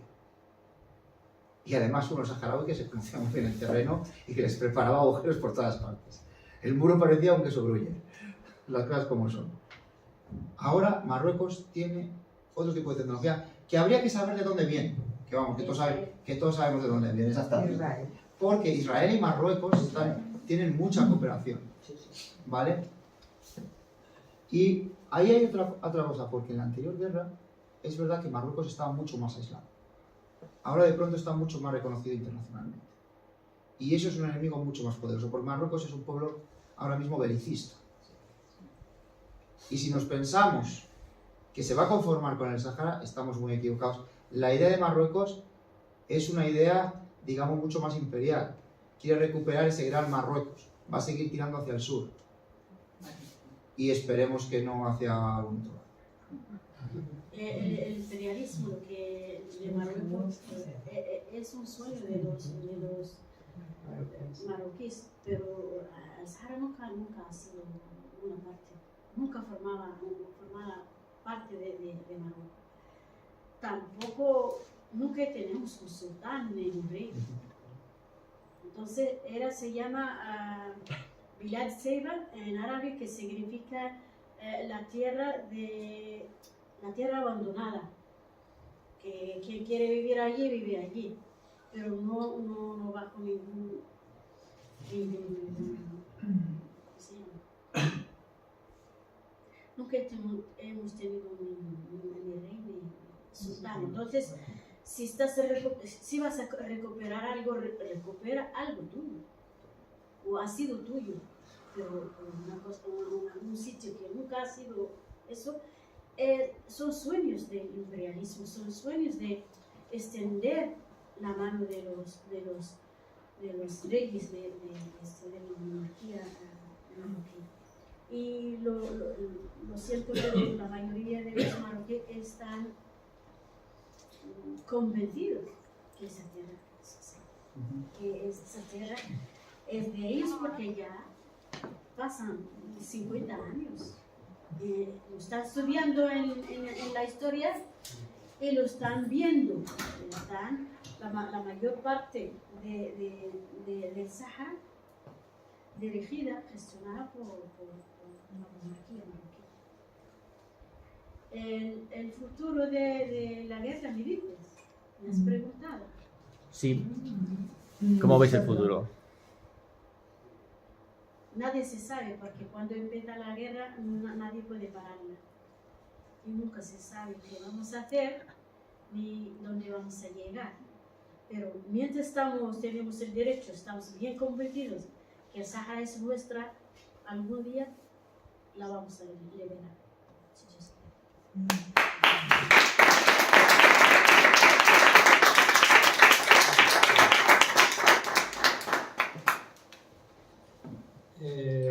Tenemos un dicho que es muy frecuente, aquello del tiempo lo cura todo. Y eso sirve para los pequeños problemas sin importancia. Para estos grandes problemas el tiempo es el gran enemigo. El tiempo que ha pasado y el tiempo que se puede alargar. Entonces tenemos necesariamente que tener esa visión de que los problemas que tiene el pueblo saharaui se repiten en muchas partes del mundo. Pueblos abandonados porque el tiempo ha ido borrando. Se ha perdido, antes el compañero hablaba de que hubo una época en la que el tema saharaui estaba muy vivo en la sociedad española y ahora no lo está. Y ahora es muy difícil ponerlo en primer plano porque hay dos cosas, otros problemas y hay otros intereses. Entonces llegamos a la situación en la que estamos ahora, en la relación del gobierno español, que no es el pueblo español, pero sí el gobierno español con Marruecos. Y a eso hay que añadir otro problema, o sea, es un cúmulo de problemas. Marruecos está, antes lo acabáis de nombrar, mucho más protegido. Tiene un apoyo explícito importante que es los Estados Unidos. Tiene un interés que es la riqueza en minerales fundamentalmente y sorprendentemente en arena en el Sáhara. No hace mucho escuchaba la enorme riqueza que supone la necesidad de arena en el mundo para muchas cosas, no solo sea para sacar el silicio de la arena, ¿no? O sea, hay problema tiempo, problema intereses y problemas políticos. Con lo cual, evidentemente, el pueblo saharaui necesita muchísima ayuda exterior. Desde dentro tiene pocas posibilidades, porque tiene poca fuerza. Y sobre todo, porque tiene poco dinero.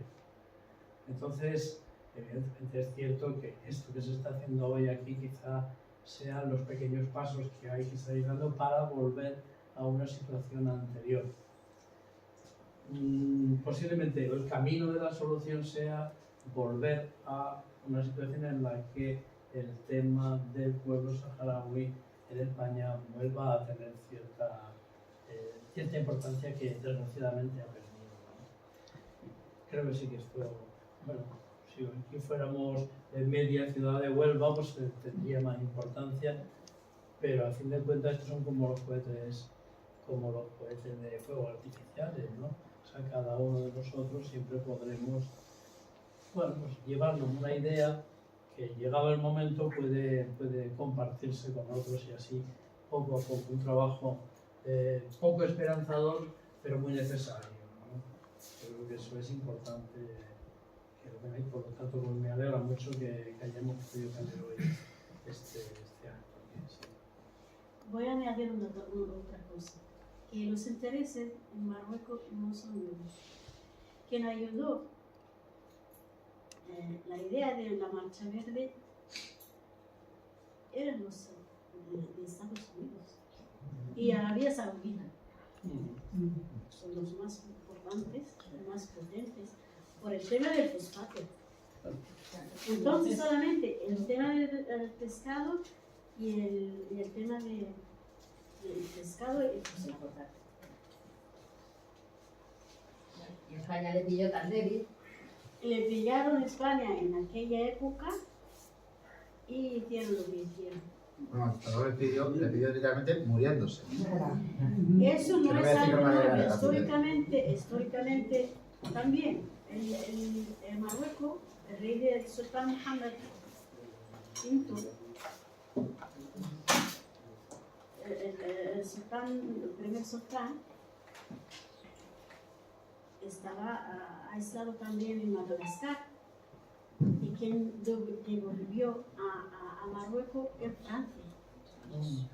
Francia protege sus intereses en el Sahara desde entonces. Y también utiliza el veto siempre contra cualquier solución hacia el Sahara a nivel la ONU, la primera de aquí. Utiliza el veto en Francia.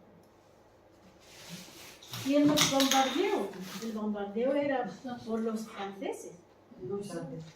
Y no hace poco el cónsul de Francia y Marruecos le reconoció. Dice,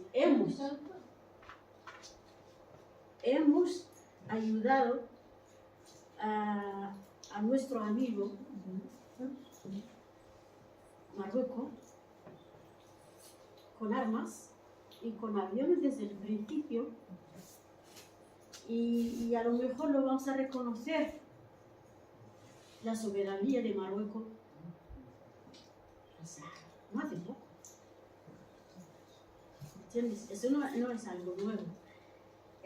Quien reconoció Estados Unidos, el primer país árabe que reconoció Estados Unidos, entonces, es Marruecos.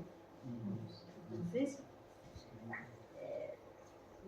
pero nosotros éramos también fuertes. No teníamos nada entonces, pero hemos ganado la guerra hasta que Hassan II dice que voy a hablar cara a cara con los del Polisario.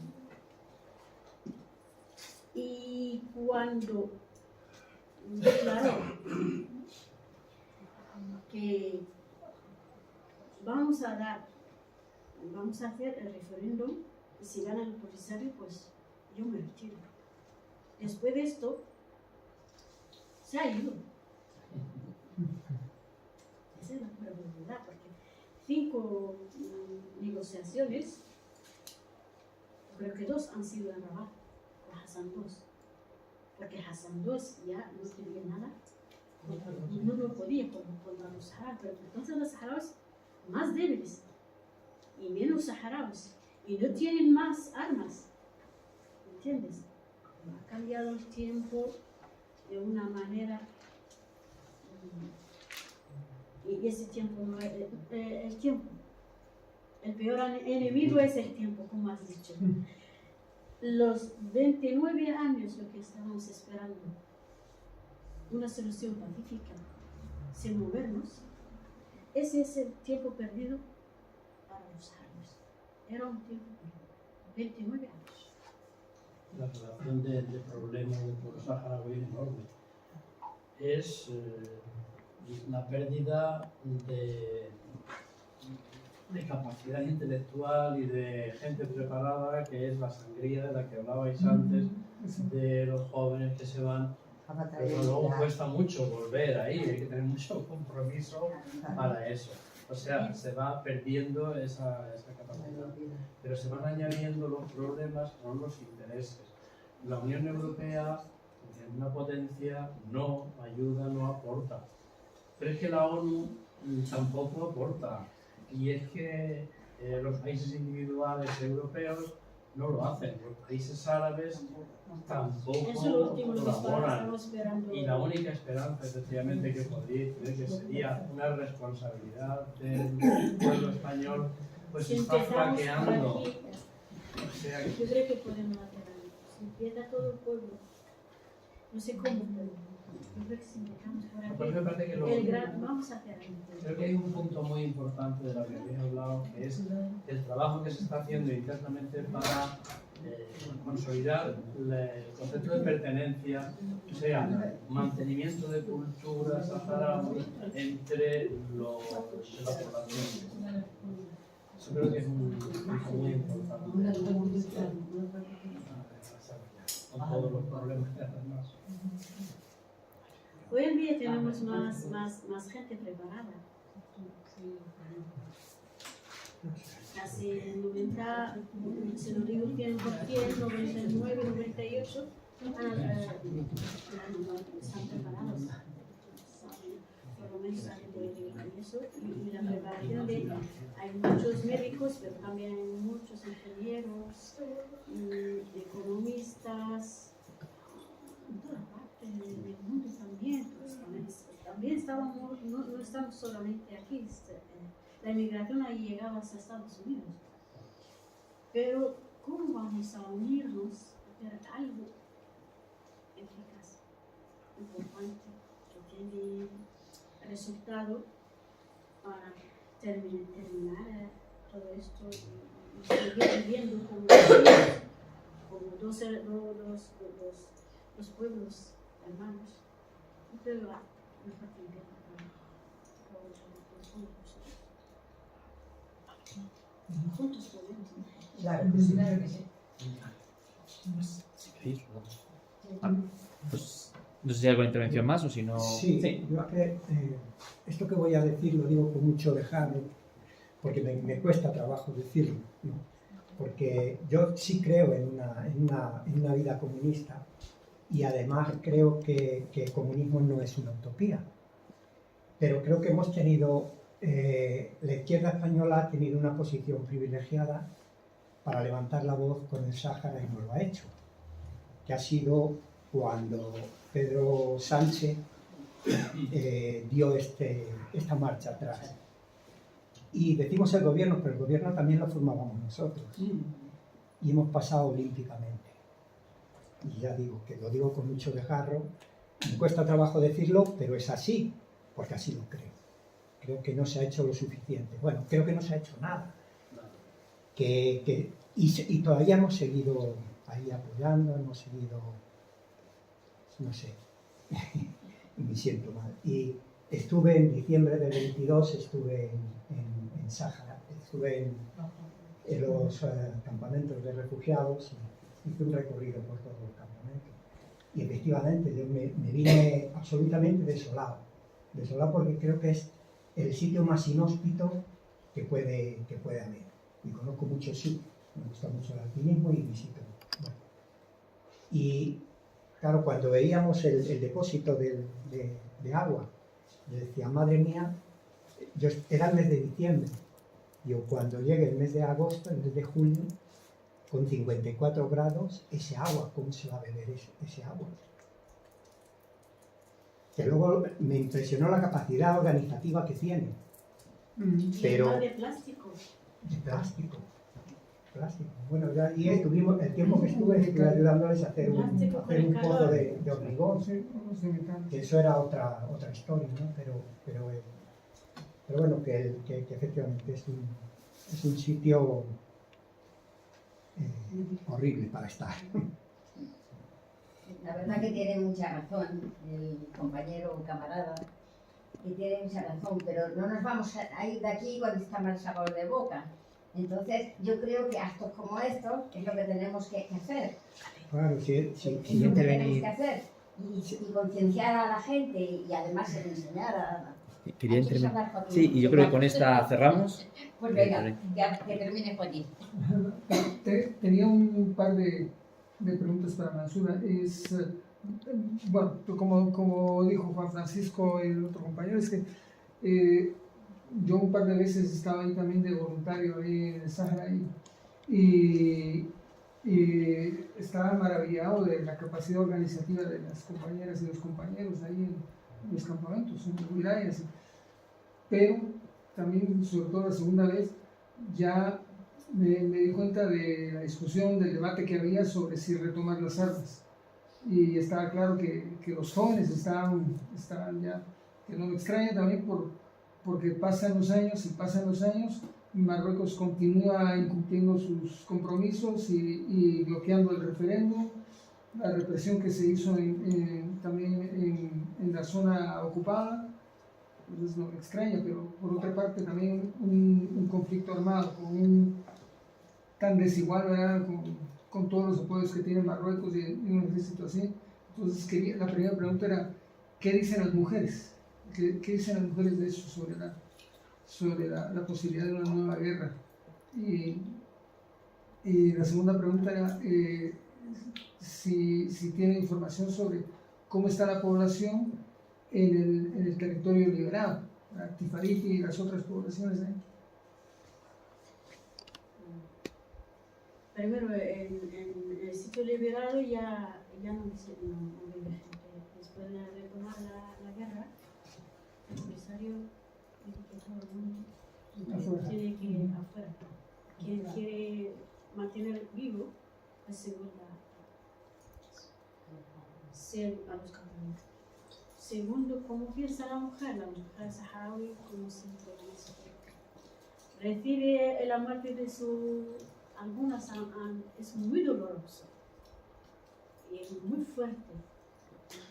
Pero ¿sabes que algunas reciben la muerte de sus hijos con el hecho? Eso sale por dentro.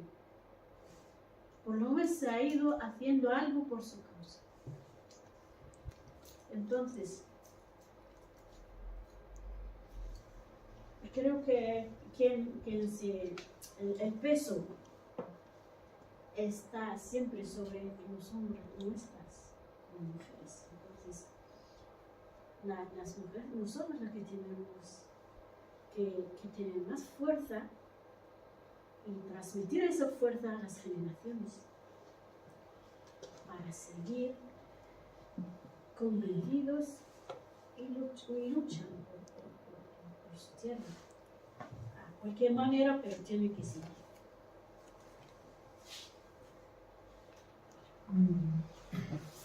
Pues un aplauso.